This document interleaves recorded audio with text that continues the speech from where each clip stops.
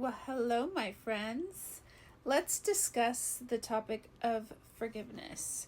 So, the reason why it's so important to forgive is because you might have been a victim of somebody doing wrong to you, and that's not something you can control. So, the purpose of forgiveness is so that you can let go of that hurt and that pain and give it to God.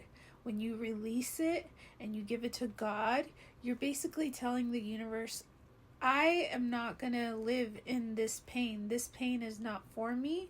I was a victim of this pain, and I am releasing this pain so I can receive love.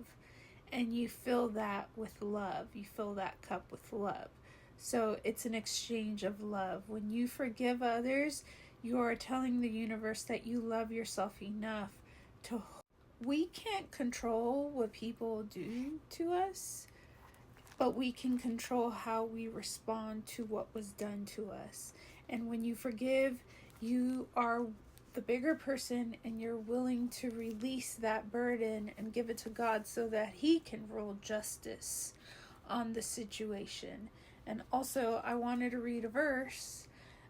This is in Matthew 6:14, and it says, "For if you forgive others their trespasses, your heavenly Father will also forgive you. But if you do not forgive others their trespasses, neither will your Father forgive your trespasses." What that means is, whatever you want done unto you, you have to do yourself. So if you want to be forgiven by the Father, then you have to learn to forgive your enemies, for they do not know what they do. You have to understand, when you are chosen by God, you're going to have a lot of haters, and they're actually demonic spirits who cannot stand your light, and they jump into people, which is a whole different other topic. But that's how it works. So therefore, you have to understand that you're dealing with the spiritual realm. This war is not against flesh and bone, but against spirits. The war is in the spirit realm.